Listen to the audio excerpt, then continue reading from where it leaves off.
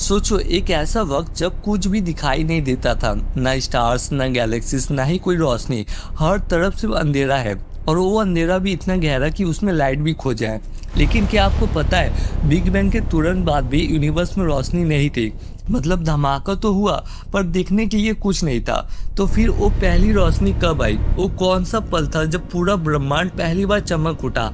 आज की वीडियो में हम जानेंगे यूनिवर्स पहली बार कैसे दिखने लायक बना और कॉस्मिक माइक्रोवेव बैकग्राउंड क्या है।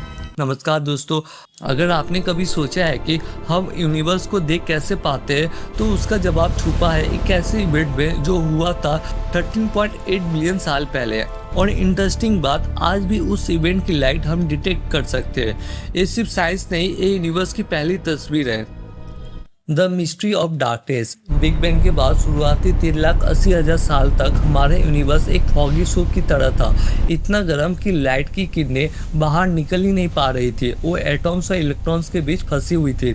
जैसे किसी घने कोहरे में कार की हेडलाइट काम नहीं करती, ठीक वैसे ही लाइट बनती तो थी पर ट्रैवल नहीं कर पाती थी। यूनिवर्स ओपेक था, मतलब उसके पार्ट देखना नामुमकिन था।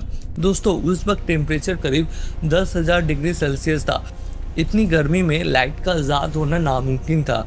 उस वक्त यूनिवर्स बहुत ही ज़्यादा गर्म और डेंस था। टेम्परेचर इतना ज़्यादा हाई था कि एटॉम्स एग्जिस्ट नहीं कर सकते थे, लाइट फ्री ट्रैवल नहीं कर सकती थी क्योंकि हर जगह चार्ज पार्टिकल्स थे। प्रोटॉन्स इलेक्ट्रॉन सब एक दूसरे से टकरा रहे थे। इस वजह से लाइट कंस्टेंटली स्कैटर हो रही थी। मतलब यूनिवर्स एक डेंस फोक जैसा था। ऐसा समझ लो आप टॉर्च तो जलाते पर उसकी रोशनी 1 सेंटीमीटर भी आगे नहीं जा पाती। The birth of light recombination. फिर आया वो मिराकल मोमेंट। बिग बैंग के 3,80,000 साल बाद यूनिवर्स धीरे धीरे ठंडा हो रहा था। जब टेम्परेचर गिरा तो इलेक्ट्रॉन्स और प्रोटॉन्स ने मिलकर न्यूट्रल हाइड्रोजन एटॉम्स बनाया। इस प्रोसेस को साइंस में कहते हैं रिकॉम्बिनेशन। और जैसे ही ये एटॉम्स बने, लाइट को रास्ता मिल गया, प्रोटॉन्स आज़ाद हो गए। ये थी यूनिवर्स की पहली रोशनी। इसी पल यूनिवर्स ट्रांसपेरेंट बना। आज हम पीछे मुड़कर जितना भी दूर देख ले, हम इस पॉइंट से आगे नहीं देख सकते। ये साइंस की फाइनल वॉल है और ये लाइट आज भी यूनिवर्स में ट्रैवल कर रही है 13.8 बिलियन साल से। सोचो आप अभी जो स्काई देख रहे हो उसमें एक एंशिएंट सिग्नल छुपा हुआ है। Cosmic microwave background CMB the echo. इस एंशिएंट लाइट को हम कहते हैं कॉस्मिक माइक्रोवेव बैकग्राउंड CMB। ये बेसिकली यूनिवर्स की बेबी फोटो है। लेकिन रुकिए, ये रोशनी गई कहाँ? क्या हम इसे आज भी देख सकते हैं? जवाब है हाँ। पुरानी टीवी में जो कर कर वाली आवाज़ या स्टैटिक आता था, उसका कुछ हिस्सा इसी पहली रोशनी का असर था। 1964 में 2 साइंटिस्ट पेंजियस और विल्सन ने इसे गलती से ढूंढ निकाला। आज ये रोशनी इतनी पुरानी हो चुकी है कि ये ठंडी हो गई है और माइक्रोवेव्स में बदल गई है।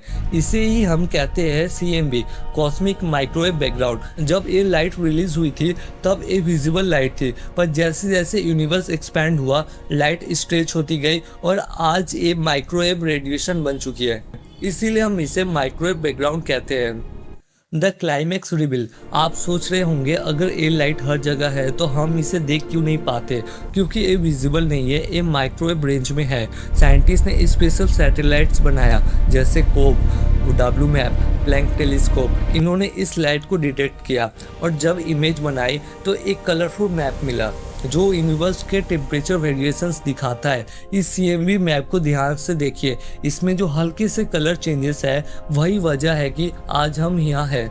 अगर वो टेम्परेचर थोड़ा सा भी ऊपर नीचे नहीं होता तो कभी गैलेक्सीज नहीं बनती, कभी स्टार्स नहीं बनते और ना ही हम होते हैं।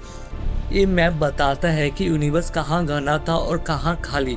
एक कॉस्मिक ब्लूप्रिंट है हमारी मौजूदगी का। कंक्लूजन, CMB सिर्फ एक लाइट नहीं है, एक कॉस्मिक कोड है। इसमें छुपा है यूनिवर्स की एज, मैटर कितना है, डार्क मैटर और डार्क एनर्जी का रेशियो, गैलेक्सी का फॉर्मेशन कैसे हुआ। मतलब ये लाइट हमें बताती है हम कहाँ से आए हैं।